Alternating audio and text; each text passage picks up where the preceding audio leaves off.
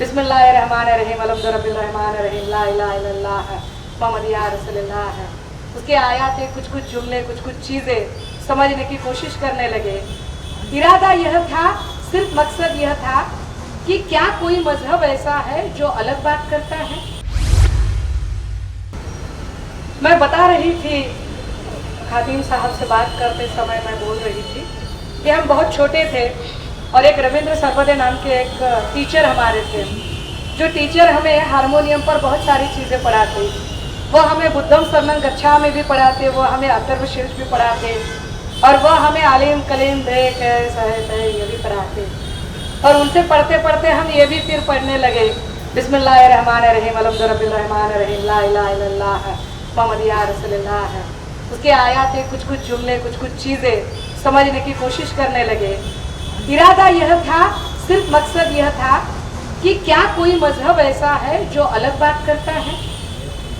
जब मैं हर एक मजहब की कुछ सीख समझने की कोशिश करती हूँ तो फिर समझ में आता है कि किसी भी मजहब ने ना कोई हेट स्पीच की बात की है, ना एक दूसरे के प्रति किसी तरह की नफरत की बात की है। तो नफरत फैलाने वाले कौन है? तो जो वो कोई क्रिएटर है, जो वो कोई निर्मिक है, जिसकी हम आजमाइश है, उसके और हमारे बीच जो है ना मीडिएटर, उन मीडिएटर ने जो गलत फलसफे रखे हुए हैं, उन गलत फलसफों की वजह से बहुत बार हमें बहुत सारी ऐसी चीज़ें जिसकी वजह से कुछ मिसअंडरस्टैंडिंग तैयार हो जाती है और फिर हम अलग अलग रंगों में बढ़ जाते हैं। मैं बार बार सोचते रहती हूँ, जैसे कि हिंदुओं में कहा जाता है कि पंच महाभूतानि देहो बंधो आणि पंच महाभूतातच विलीन होतो। तो पंच महाभूत क्या होते हैं? तो हमने पंच महाभूत होते हैं, अग्नि है, वायु है, आकाश है, जल है, मिट्टी है, और इससे इंसान की हस्ती बनती है और फिर उसी में वह फिर एक बार समा जाती है।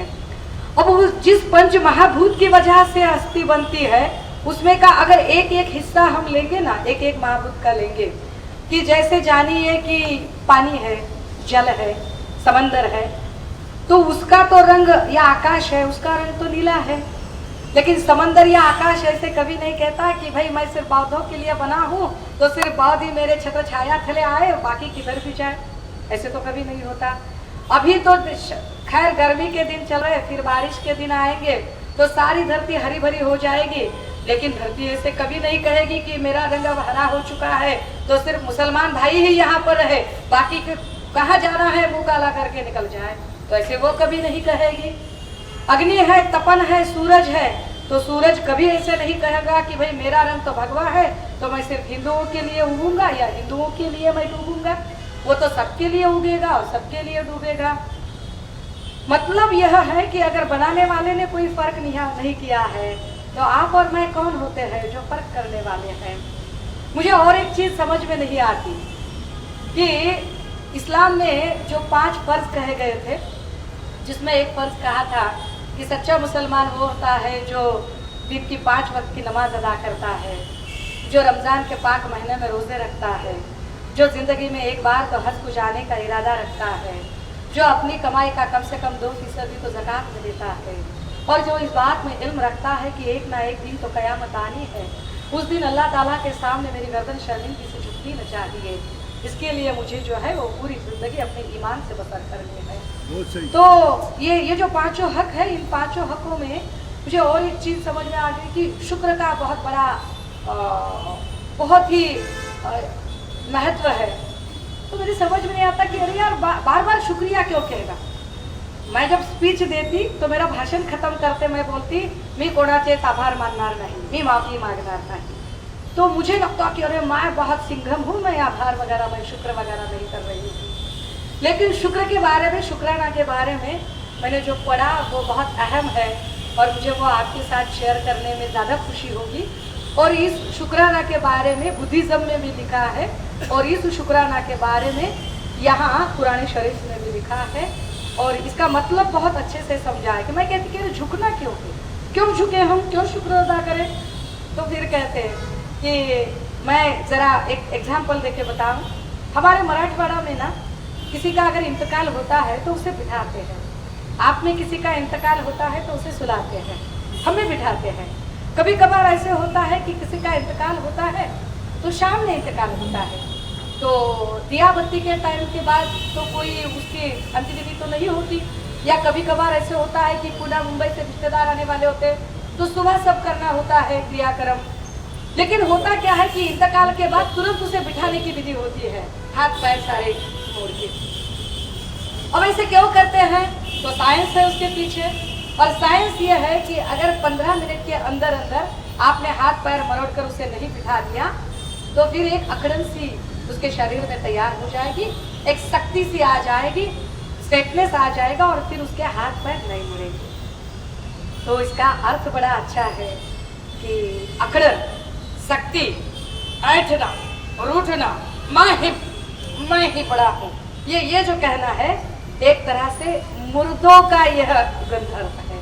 मुर्दे जो होते हैं वैसे ऐठते हैं, जो इंसान है वो झुकते हैं, जिसकी वजह से हम सांस ले पा रहे हैं, जिसकी वजह से हम चल फिर पा रहे हैं, जिसकी वजह से हम ये सारी चीजें कर रहे हैं, उसके प्रति हमें शुक्र करना है।